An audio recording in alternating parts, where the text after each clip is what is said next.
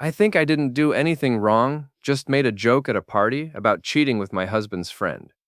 It was supposed to be funny, but now I'm sitting here with divorce papers in my hand. Apparently, he thought legal action was funnier. The whole mess started at Kyle Ramon's birthday party 3 months ago. I'm Corey Sandvale, Corey to everyone who matters. And at 34, I still know how to command a room. I manage a retail store downtown. I keep our suburban home running, and I thought I kept my marriage to Jonas interesting. He's an accountant, steady as a rock and about as exciting as watching paint dry. That night, we were all gathered in Kyle's backyard, the usual crowd of couples we've known for years. Jonas sat there nursing his beer, talking shop with someone about tax codes or whatever accountants discuss at parties. Meanwhile, his friend Elliot Ramon, Kyle's younger brother, was actually paying attention to me. Elliot's a gym instructor, all lean muscle and easy smiles, and he was telling me how great I looked in my new dress. "Careful, Elliot," I said loud enough for the whole group to hear, "or I might just run away with you instead of going home with my boring husband tonight." Everyone laughed. Well, almost everyone. Jonas's face went red, but I figured he was just being his usual oversensitive self. Elliot grinned and played along, saying something about how he'd treat a woman like me right. More laughter from the crowd. "Maybe I should test that theory," I shot back, winking at Elliot. Jonas wouldn't even notice if I disappeared for a few hours. The laughter got a little more uncomfortable then, but I was on a roll. I felt alive, desired, fun. Everything Jonas never made me feel anymore. When we left that night, Jonas was quiet in the car, but he's always quiet. I thought nothing of it. The next morning, Jonas left for work without his usual goodbye kiss. I was getting ready for my shift at the store when my phone buzzed with a text from his mother, Suzette. "Honey, is everything okay?" Jonas seemed upset when he called last night. I rolled my eyes. Of course he'd run to mommy. Suzette Vale has never liked me much. She thinks her precious son could have done better than a retail manager. At 62, the retired nurse still acts like Jonas is 12 years old. My sister Mona texted me around lunch. "Girl, you were hilarious last night." Maybe a bit much, but Elliot was eating it up, See? Even my sister thought it was funny. Mona's a social worker, only 31, but thinks she understands relationships better than anyone. Still, she got it. It was just harmless fun. When Jonas came home that evening, I tried to lighten the mood. "So, are you done pouting about last night?" He looked at me like I'd slapped him. "Pouting? Corey, you basically told our friends you'd rather sleep with Elliot than come home with me."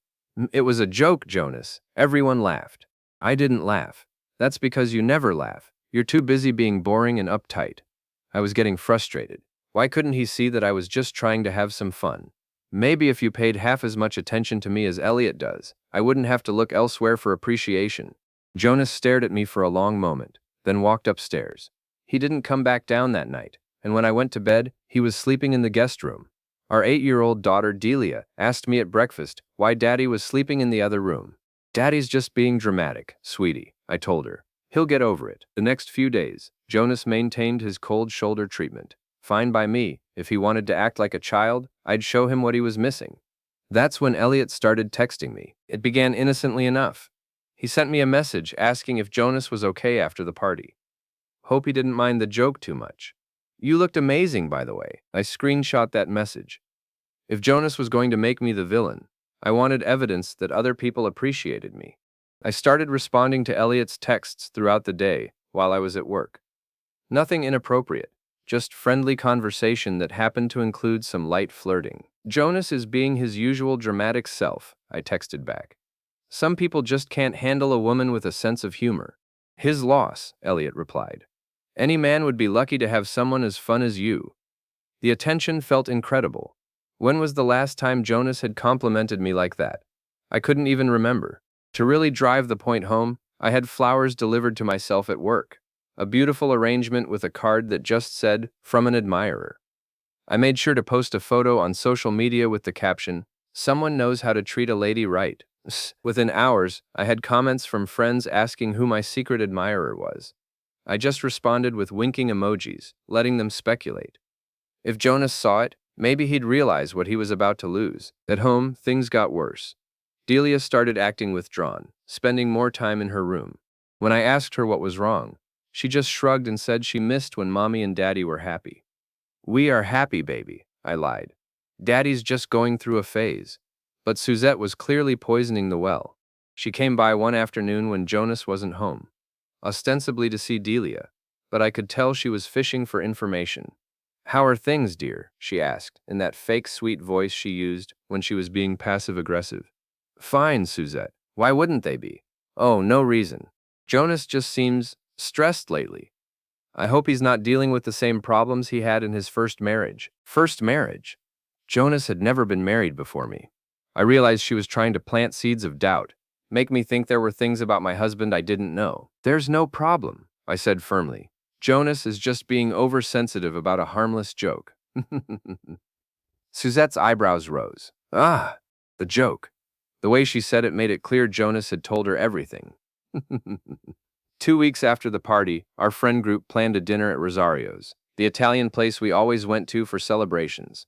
I saw it as the perfect opportunity to show everyone that Jonas was the problem, not me. I dressed up, a black dress that hugged my curves, heels that made my legs look amazing. When we walked into the restaurant, I made sure to greet Elliot with a particularly warm hug that lasted just a beat too long.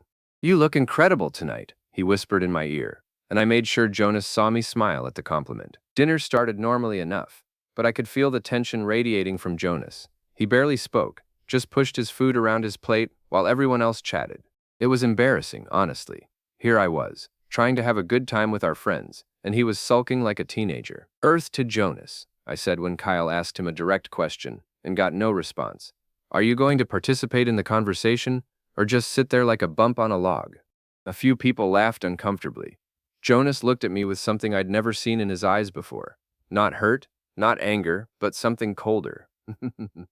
"Sorry," he said quietly. "Just tired." "He's been tired a lot lately," I said, rolling my eyes. "Good thing some people at this table know how to have fun." I looked directly at Elliot, who grinned back at me. "Corey," Jonas said under his breath, "can we not do this here?" "Do what? Have a conversation? Enjoy myself? Sorry if my personality is too much for you to handle." I turned to the table. "Ladies, isn't it frustrating when men try to dim our light just because they can't keep up?" Mona shifted uncomfortably in her seat. "Corey, maybe what? Maybe I should sit here quietly like a good little wife while my husband ignores me all night?" I was getting worked up now, and I could feel all eyes on me. Good, let them see what I was dealing with. "You know what the problem is?" I continued, my voice getting louder. "Some men can't handle a strong woman. They want us to be boring and predictable, never flirt, never have fun.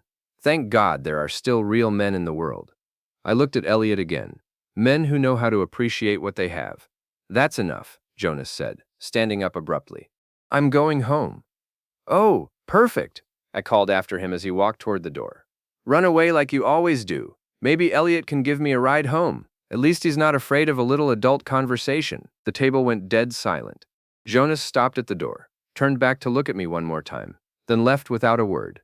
"Well," I said, trying to laugh it off, "I guess I'm paying for dinner," but the mood was ruined.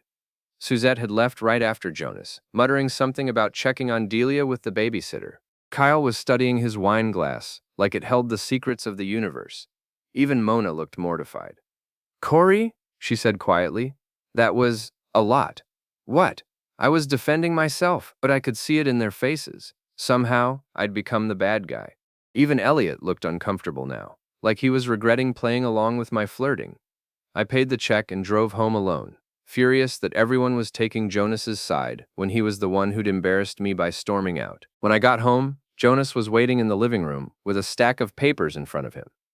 My phone was there too, my phone, which I'd left charging on the kitchen counter. "We need to talk," he said. "If this is about dinner, it's about everything, Corey. It's about the party, the dinner, and these." He held up printouts of text messages. My text messages with Elliot. My stomach dropped, but I forced myself to stay calm. "You went through my phone. You left it open. These messages were right there on the screen." His voice was eerily calm. 3 weeks of flirting with my friend. 3 weeks of complaining about me, calling me boring, telling him you wish you'd married someone like him instead. Those are private conversations. About our marriage. About how you'd rather be with another man. For the first time, his voice cracked. "Do you have any idea what it's like to read your wife telling another man that she settled for less when she married you?" I felt a flicker of guilt, but I pushed it down. He was twisting everything, making it sound worse than it was.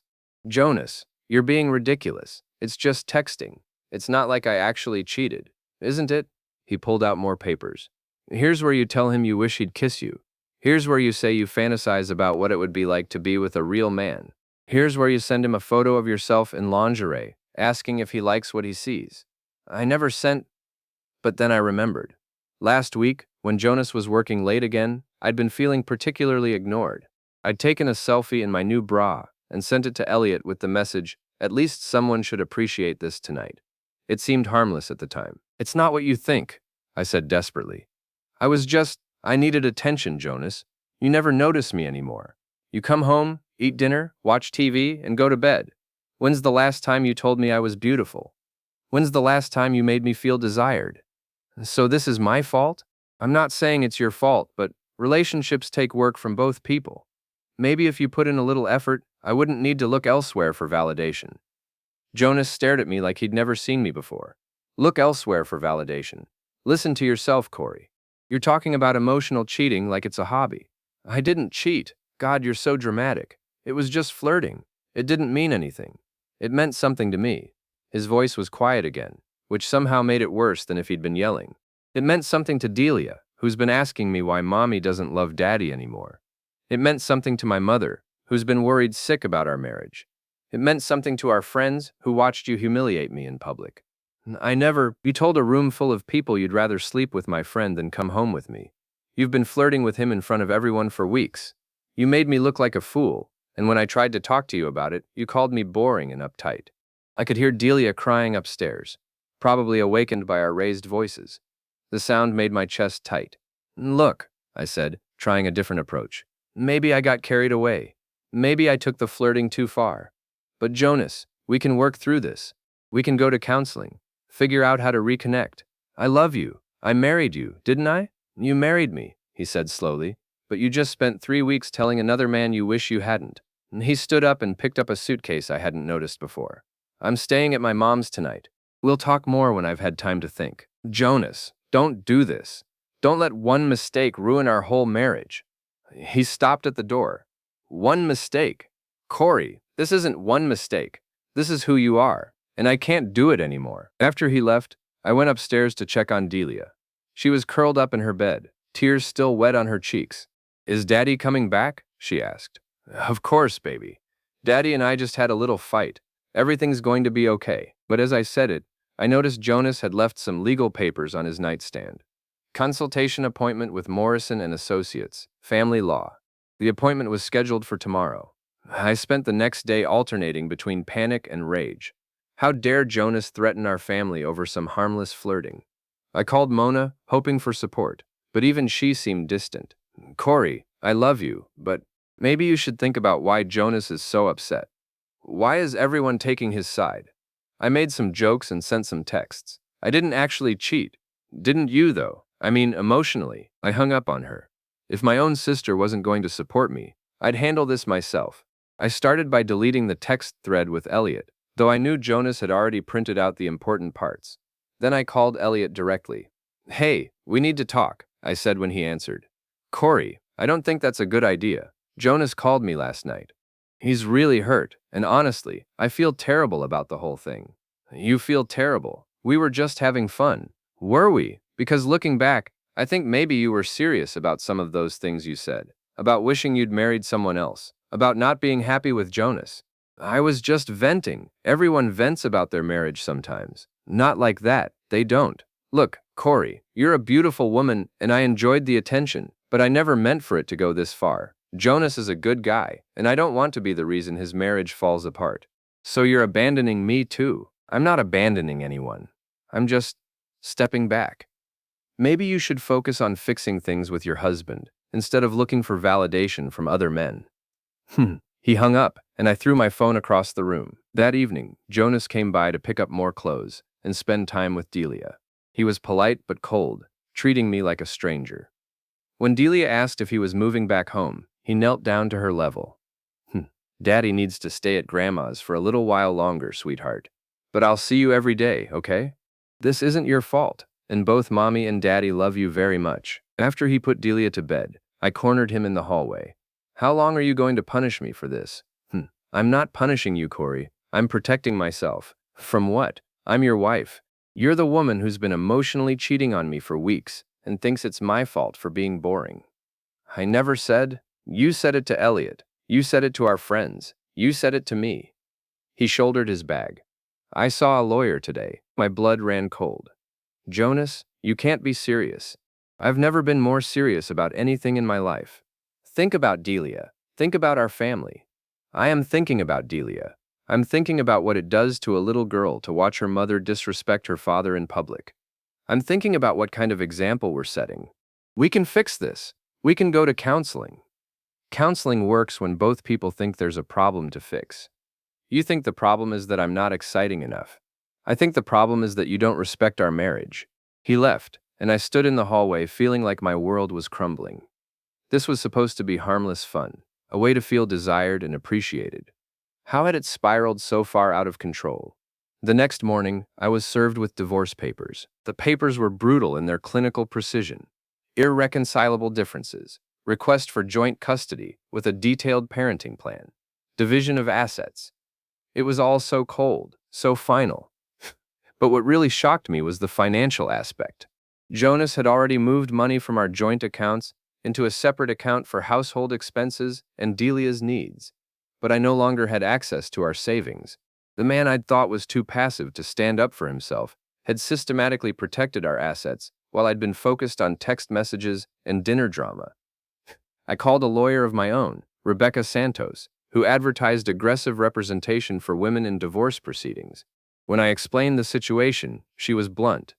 Mrs. Vale, I need you to be completely honest with me. Did you have a physical affair? No, it was just texting and flirting.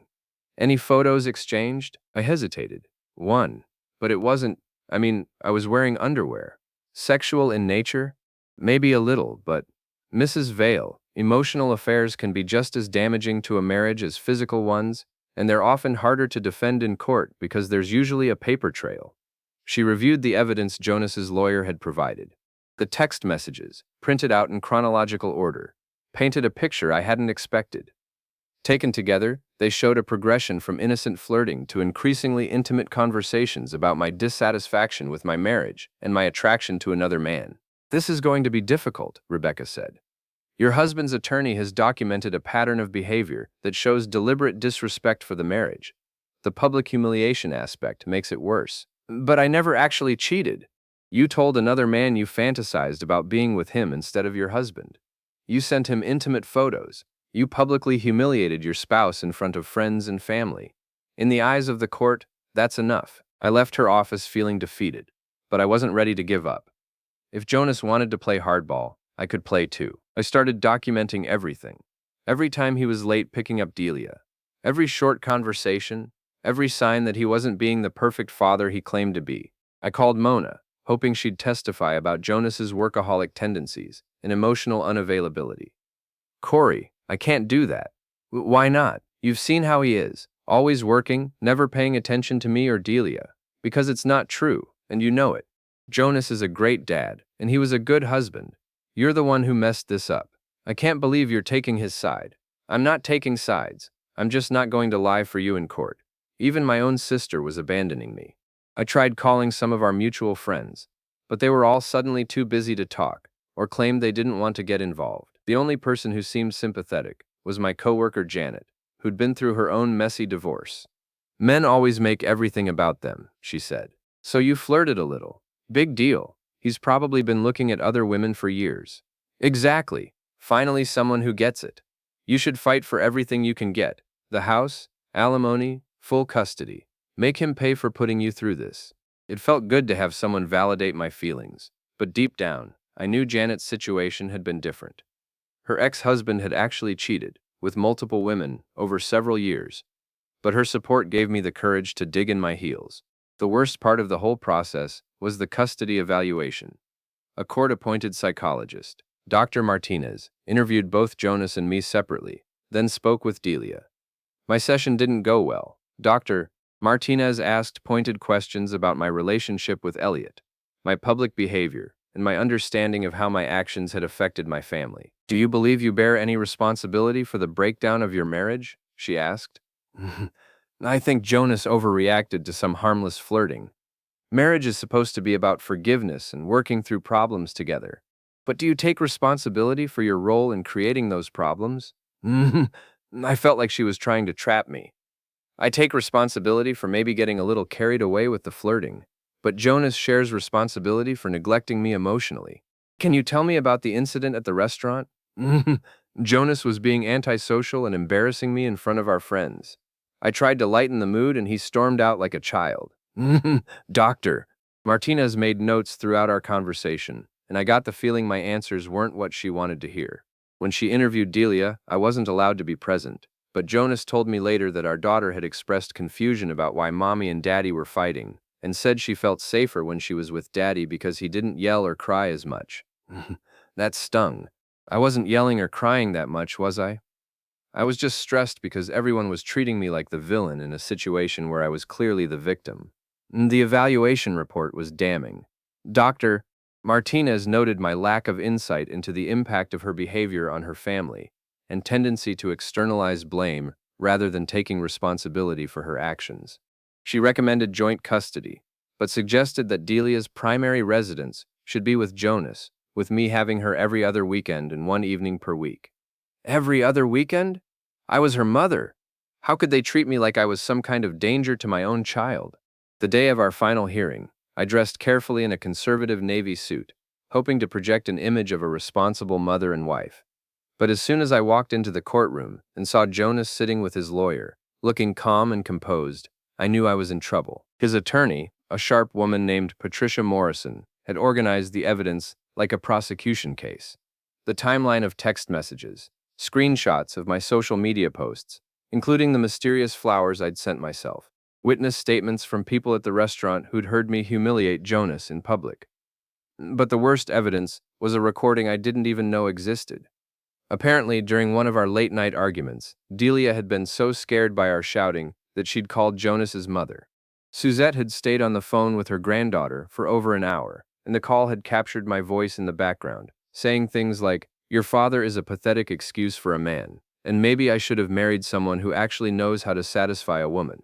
Hearing my own words played back in that sterile courtroom, knowing that my 8-year-old daughter had heard me say those things about her father, was devastating.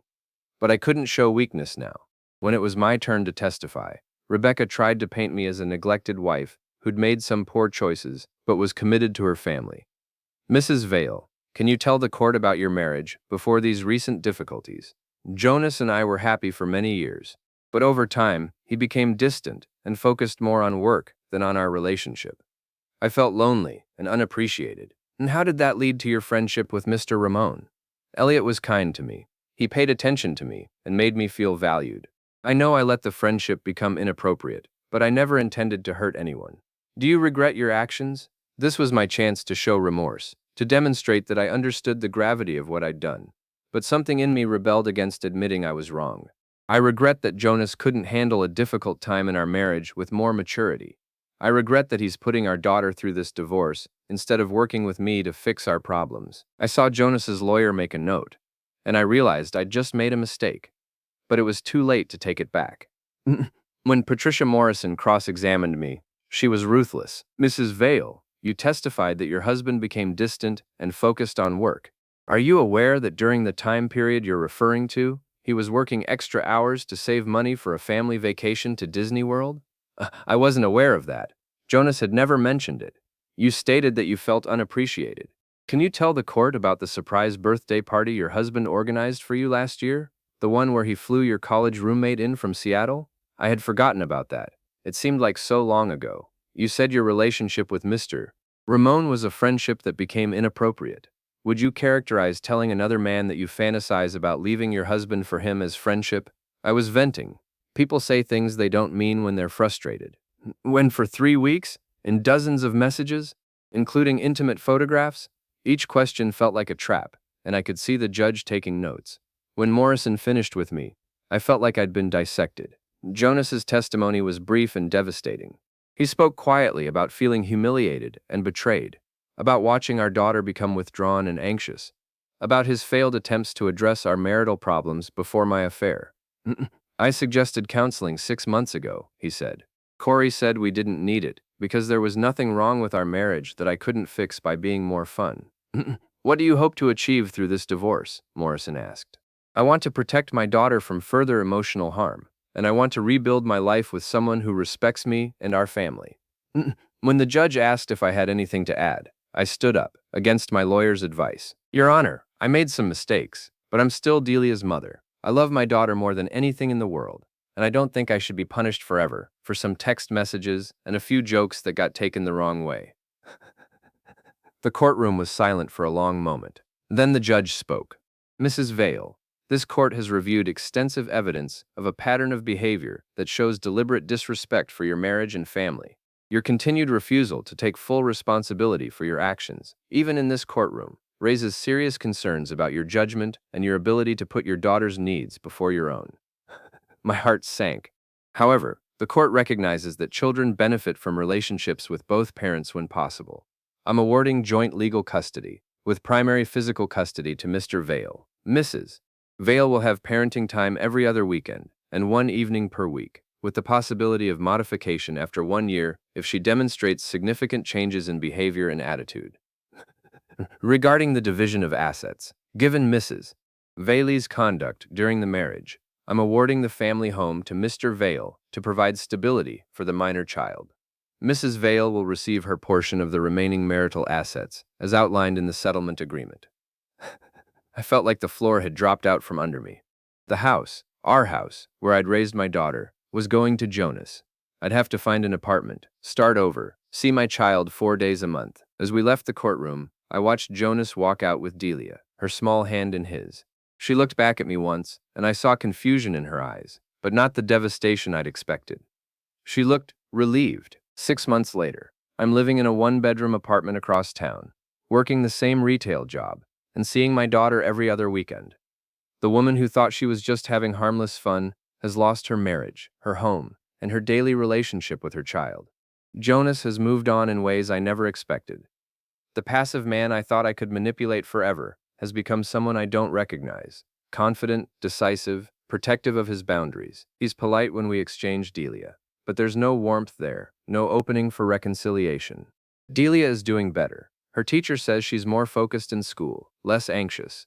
When she's with me, she talks about the things she does with Daddy, cooking dinner together, helping with yard work, having movie nights. They have routines and traditions I'm not part of anymore. I've tried to reach out to our old friends, but the group has essentially dissolved. Kyle still talks to Jonas, but he's never responded to my texts. Mona calls occasionally, but our conversations are strained. She's dating someone new and seems reluctant to introduce me, as if my presence might contaminate her relationship. Elliot moved to another state 6 months ago. His brother told someone who told Mona that he felt terrible about his role in breaking up our marriage and wanted a fresh start. The man I thought might be my escape route disappeared the moment things got real. Even Suzette, who had every right to hate me, surprised me. She dropped off some of Delia's forgotten toys one day and said, "I hope you find whatever it is you're looking for, Corey. But I hope you find it without hurting anyone else. The hardest part is the loneliness. I thought I was lonely in my marriage, but that was nothing compared to this. At least then I had someone to come home to, even if he wasn't exciting enough for me. Now I come home to an empty apartment and eat dinner alone while my daughter is across town, probably helping her father with homework or telling him about her day. I've started seeing a therapist, Dr. Chen, who doesn't let me get away with blaming everyone else for my problems. She's helping me understand that what I called harmless fun was actually a betrayal of the most important relationship in my life. That what I saw as Jonas being boring was actually him being stable, reliable, present. You were looking for validation from external sources instead of working on the relationship you had, she told me recently. You treated your marriage like it was disposable. I'm starting to see that she's right. But the insight feels hollow now. It's like understanding the value of something precious only after you've thrown it away. Sometimes I wonder what would have happened if I'd just kept my mouth shut at that party. If I'd appreciated what I had, instead of looking for something more exciting. If I'd seen Jonas's quiet strength as an asset instead of a liability. But I didn't. I thought it would be funny to joke about cheating with his friend, to flirt and get attention and make myself feel desired. I thought I was so clever, so irresistible, so much more interesting than my boring accountant husband. I was wrong about everything. Jonas wasn't boring, he was steady. He wasn't passive, he was patient, until I pushed him too far. He wasn't weak, he was strong enough to walk away from someone who didn't value him. And me? I wasn't funny or charming or irresistible. I was selfish, destructive, and blind to what really mattered. I thought I was the star of my own romantic comedy, but I was actually the villain in my family's story. The joke was on me, after all. I just wish the punchline hadn't cost me everything that mattered. Now, every other Friday when I pick up Delia for my weekend, I see the life I threw away. Jonas has repainted the house, planted a garden with Delia, hung new pictures of their adventures together. It looks like a home where people are happy. And I thought it would be funny to say I'd cheat with his friend. He thought divorce was funnier. But nobody's laughing now, least of all me. Now, bet did died. October 24th, 2025, 18 hours, 37 minutes, and 20 seconds.